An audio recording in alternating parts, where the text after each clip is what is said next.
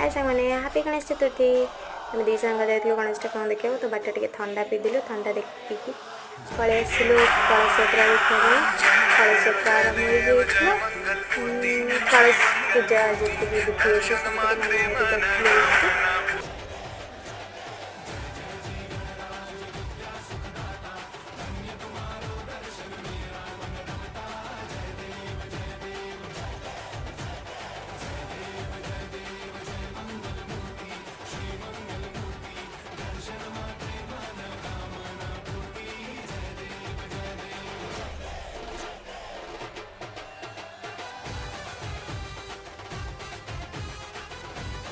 कलश पूजार विधि सबकि सरीगला समस्ते कलश नहीं पलि आसिले ठाकुर पाखे स्थापन करने तो कलश यात्रा भिडियो जब आपको भल लगे लाइक कमेंट शेयर कर देवे। रखिए जय जगन्नाथ।